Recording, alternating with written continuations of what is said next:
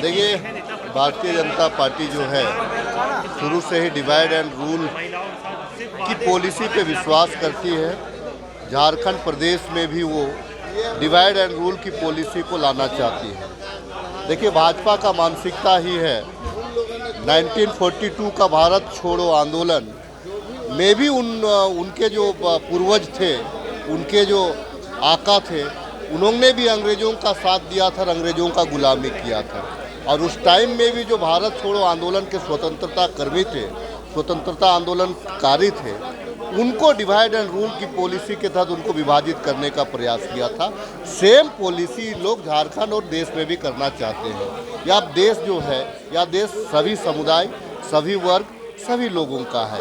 यहाँ पे धर्म के आधार से, यहाँ पे जात के आधार से, यहाँ पे डिवाइड एंड रूल की पॉलिसी को नहीं अपनाया जा सकता है। देखिए, ये भारतीय जनता पार्टी का प्रमुख मुद्दा इस बार का सदन में है। हम लोग ये कहना चाहते हैं कि अगर ये लोग अमित शाह को गाली क्यों दे रहे हैं, अमित शाह पे क्या भाजपा के नेताओं को या भाजपा के झारखंड के विधायकों को विश्वास नहीं है क्या? निशिकांत दुबे को विश्वास नहीं है क्या अमित शाह पे?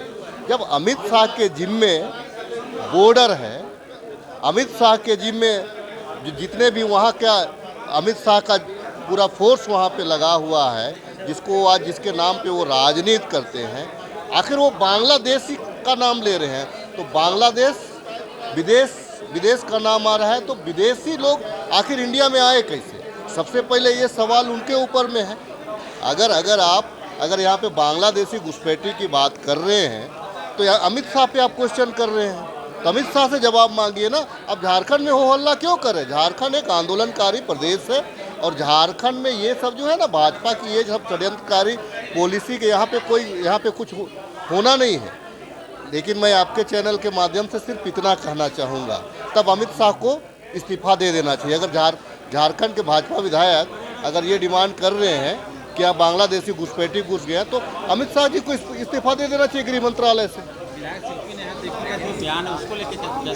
क्या बयान है वो? उन्होंने कहा कि रांची की डेमोग्राफी बदल रही है, बिहारी यहाँ पर आकर के कब्जा जमा लिए हैं। देखिए, मैं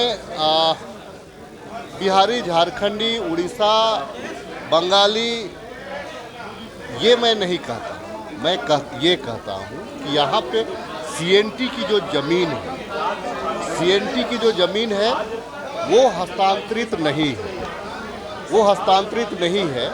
अगर वो हस्तांतरण हुआ है, अगर दूसरे लोगों ने उस पर कब्जा किया है, तो कैसे किया? तो वो भी तो एक डेमोग्राफी चेंज हुआ है। जो है यहाँ पे जो जनरल जो प्लॉट्स हैं, जनरल ज़मीन है, वहाँ पे तो इस देश के कोई भी नागरिक बस सकते हैं, रह सकते हैं। लेकिन जो सीएनटी की जो लैंड है, सीएनटी आदिवासी ज़मीन है, यहाँ पे कुर्मी ज़मीन है, या जो भी सीएनटी की ज़मीन है, अगर वहाँ पे अतिक्रमण हुआ है, वहाँ पे अगर दूसरे लोगों ने कब्जा किया है, तो ये भी यहाँ का डेमोग्राफी चेंज किया है।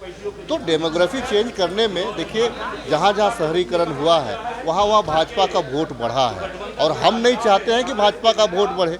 हम अगर डेमोग्राफी चेंज करेंगे तो भाजपा का वोट बढ़ेगा, इसीलिए हम डेमोग्राफी जो चेंज हो रहा है उसका विरोध करते हैं।